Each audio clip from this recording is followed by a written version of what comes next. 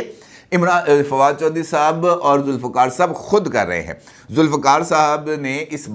اس بارے میں پوچھا فواد چودھری صاحب سے کہ چیئرمین تحریک انصاف کی نااہلی کے حوالے سے انہوں نے بات کی اور کہا کہ مجھے لگتا ہے کہ عمران خان نااہل ہو جائیں گے، جس پر فواد چودھری کہتے ہیں کر دیں تو رولا ہی ہے نا، یعنی اگر آپ کر دیں گے تو اس سے شور ہی مچے گا، یہ جو سیاسی تفریق ہے اسی میں اضافہ ہوگا، یہ سیاسی گند بڑھے گا اور اس کے نتیجے میں یہ جو ایک سیاسی بحران اس وقت چل رہا ہے اس کی شدت میں اضافہ آئے گا۔ پھر ذوالفقار صاحب فواد چودھری صاحب سے پوچھتے ہیں میں شہباز شریف کو ڈائریکٹ بھیجوں یا سلیمان کو بھیجوں؟ فواد چودھری ان کو کہتے ہیں کہ میسج براہ راست جو ہے وہ شہباز شریف کو بھیجیں،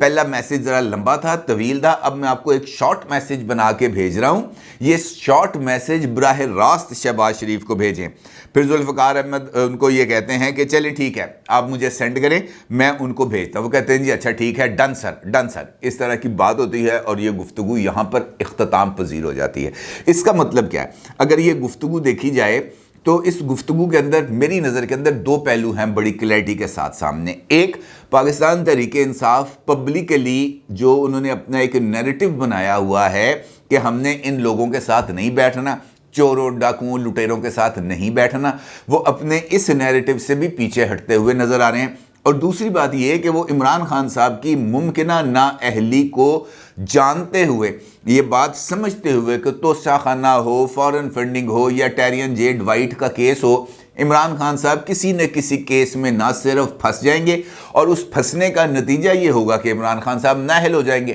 اور عمران خان صاحب کی نااہلی کی صورت میں پاکستان تحریک انصاف کئی جماعتوں میں تقسیم ہونے کا احتمال ہے، کیونکہ عمران خان صاحب نااہل ہونے کے بعد یقینی طور پر فواد چودھری کو تو وزیر اعظم بنانے کے لیے الیکشن کیمپین نہیں چلائیں گے، پرویز خٹک کو تو وزیر اعظم بنانے کے لیے انتخابی کیمپین نہیں چلائیں گے، اسد عمر کو بنانے کے لیے یا شاہ محمود قریشی کو بنانے کے لیے تو وہ کیمپین نہیں چلائیں گے، ان کا تو مطمع نظر ہوگا کہ میں بنوں، اور یہ ممکن نہیں ہے کہ وہ کسی کے لیے کیمپین چلائیں، اس کو وزیر اعظم بھی بنا دیں اور پھر وہ وزیر اعظم جو ہے عمران خان کو دوبارہ اقتدار میں لانے کے لیے اپنی کرسی سے اتر جائے، یہ ممکن نہیں ہے۔ لہٰذا عمران خان صاحب کی یہ خواہش ہے کہ وہ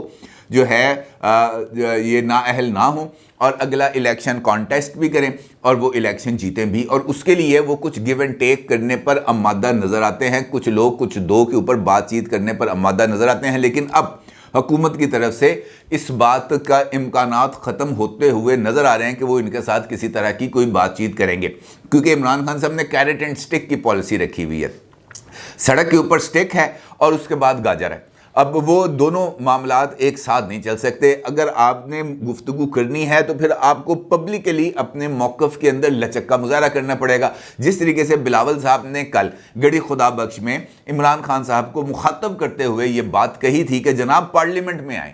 پارلیمنٹ میں آ کر بات کریں، پارلیمنٹ میں آ کر اپنے مطالبات رکھیں اور پارلیمنٹ سے اپنے مطالبات منوائیں۔ اس کا مطلب یہ ہے کہ یہ حکومت کی پہلی شرط ہے کہ آپ سسٹم کو ڈیریل نہ کریں، آپ پارلیمنٹ میں واپس آئیں، اور پارلیمنٹ میں واپس آنے کے بعد آپ کے ساتھ کسی بھی طرح کی گفتگو ہوگی لیکن وہ پارلیمانی پارٹیز کے ذریعے ہوگی، پارلیمانی قوتوں کے ذریعے ہوگی۔ اب عمران خان صاحب ایک جانب تو یہ کہتے ہیں، دوسری جانب ابھی ریسنٹلی عمران خان صاحب کی طرف سے نیشنل اسمبلی سے استعفوں کا اعلان کیا گیا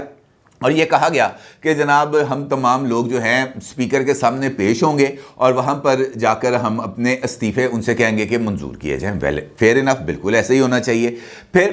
جو نیشنل اسمبلی کے چیف ویپ ہیں عامر ڈوگر صاحب پاکستان تحریک انصاف کے، انہوں نے اسپیکر نیشنل اسمبلی راجہ پرویز اشرف صاحب سے رابطہ کیا، ان سے کہا کہ ہمارا ایک ڈیلیگیشن ہے آپ سے ملنے آنا چاہتا ہے اور ہم نے اجتماعی استعفوں کے حوالے سے بات کرنی ہے، جس پر راجہ پرویز اشرف نے ان کو واضح انداز میں بتایا کہ نہیں جناب اس طرح نہیں ہو سکتا کہ جناب تسی جتھے کی شکل میں آئیں اور جتھے کی شکل میں آ کے استعفے منظور کریں۔ قواعد یہ کہتے ہیں کہ 1 بائی 1 آئیں گے، مجھے سیٹسفائی کریں گے، مجھے یہ بتائیں گے جناب میں نے استعفیٰ کسی دباؤ میں نہیں دیا، وہ جب یہ بات کہہ دیں گے میں اسی وقت استعفیٰ منظور کر لوں گا۔ طے پایا کہ آج ملاقات ہوگی، ٹھیک ہے جی. آج 2 بجے کا ٹائم طے پایا کہ جناب آج دوپہر 2 بجے پی ٹی آئی کا وفد استعفوں کی منظوری کے لیے لاہے عمل تیار کرنے کے لیے اسپیکر راجہ پرویز اشرف صاحب سے ملے گا. راجہ پرویز اشرف صاحب اسلام آباد نہیں تھے, وہ اسلام آباد پہنچ کے 2 بجے پہنچنے کے بعد اسپیکر صاحب نے فون کیا چیف ویپ عامر ڈوگر صاحب کو اور ان سے کہا کہ جناب میں دفتر میں بیٹھا ہوں تو تسی آ جاؤ. انہوں نے کہا جناب معافی چاہتے ہیں, ہم آج نہیں آ سکتے. اور کہا جناب آپ نے تو استعفے منظور کرانے تھے, وہ استعفوں کے لیے آپ نے آنا تھا. انہوں نے کہا جناب ہم آج نہیں آ سکتے, ہم اب اگلا ٹائم جو بھی ہوگا وہ ہم آپ کو بتا دیں گے. انہوں نے کہا جناب پھر میں تو جا رہا ہوں ملک سے باہر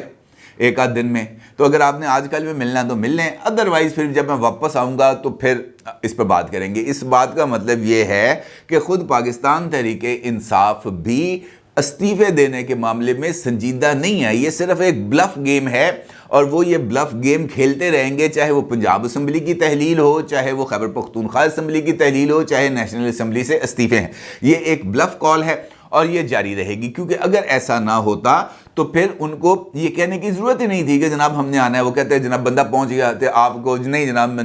گڈی نہیں ملی, وہ جو ہے اوبر ٹائم پہ نہیں آ رہی, ہم نہیں آ سکتے. انہوں نے کون سا اوبر کریم پہ جانا ہے, انہوں نے تو اپنی ذاتی, ان کے ماشاءاللہ اچھے خاصے سب لوگ کھاتے پیتے ہیں, وہ تو اپنی اپنی گاڑیوں پہ جانا تھا. اس کا مطلب یہ ہے کہ دے آر ناٹ انٹرسٹڈ. اب وجہ کیا ہے؟ وجہ بنیادی طور پر یہ ہے کہ اس وقت عمران خان صاحب کے ارد گرد گھیرا ہو گیا بہت زیادہ تنگ, اور ان کے بارے میں یہ بات اب سامنے آ رہی ہے کہ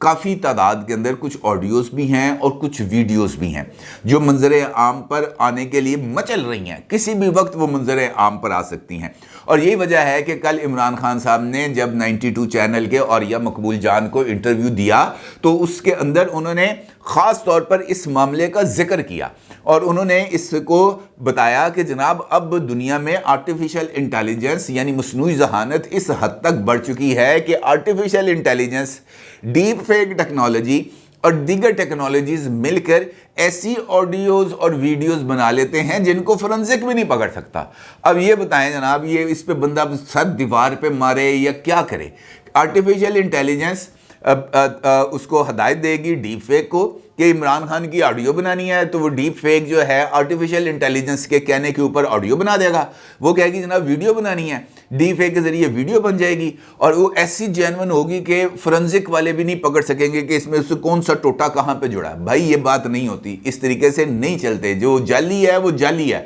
فورنزک سائنس بھی اب اس حد تک ترقی کر چکی ہے کہ وہ صحیح اور غلط کا تعین کر سکتی ہے. ہم 1980 میں نہیں بیٹھے ہوئے یا 1960 میں نہیں بیٹھے ہوئے جب پہ فورنزک سائنس کا وجود ہی نہیں تھا, اب وجود ہے. اس کا مطلب یہ ہے کہ عمران خان صاحب نے اپنے حامیوں کو یہ لالی پاپ دے دیا کہ جناب یہ چیزیں آنی ہیں, کیونکہ میں نے جو گند گھولے ہوئے ہیں وہ سامنے آنے ہیں. جب وہ گند سامنے آئیں گے تو یہ سارے کا سارا ذمہ, ہم نے یہ جو نیریٹو بنا رہے ہیں کہ یہ ڈیپ فیک ہے, یہ آرٹیفیشل انٹیلیجنس ہے, یہ ٹیکنالوجی کے ذمہ لگا دینا ہے. میں نے کچھ نہیں کیا. اور اس کے بعد وہ گناہوں کو گناہ کہتے رہے کہ جناب یہ گناہ جو ہیں یہ سامنے آتے ہیں. بھائی جو بندہ گناہ اور ثواب نہیں جانتا یار, اس کا مطلب یہ ہے کہ انہوں نے کیا کرنا ہے. خیر, انہوں نے یہ بات کرنے کی کوشش کی, انہوں نے اس بات کی تردید نہیں کی کہ میرے کسی کے ساتھ کوئی ناجائز سمبند تھے, تعلقات تھے. انہوں نے اس بارے میں کوئی تردید نہیں کی. یہ سب کے سب ان معاشرتی ڈھانچے, دیگر ادھر ادھر کی باتیں, اخلاقی معیار, اس کے اندر انہوں نے ٹال دی. اب وجہ یہ ہے کہ یہ جو چیزیں ہیں یہ بہت ہی زیادہ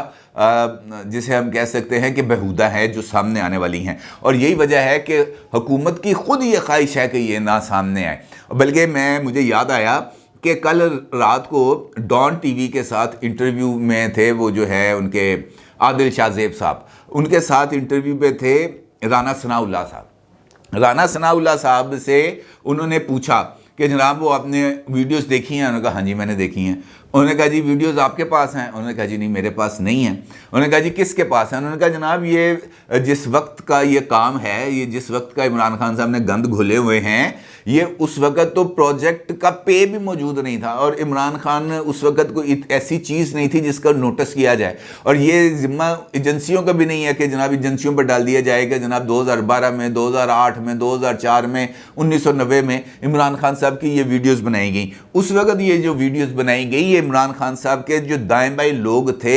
انہوں نے ہی بنائی تھیں.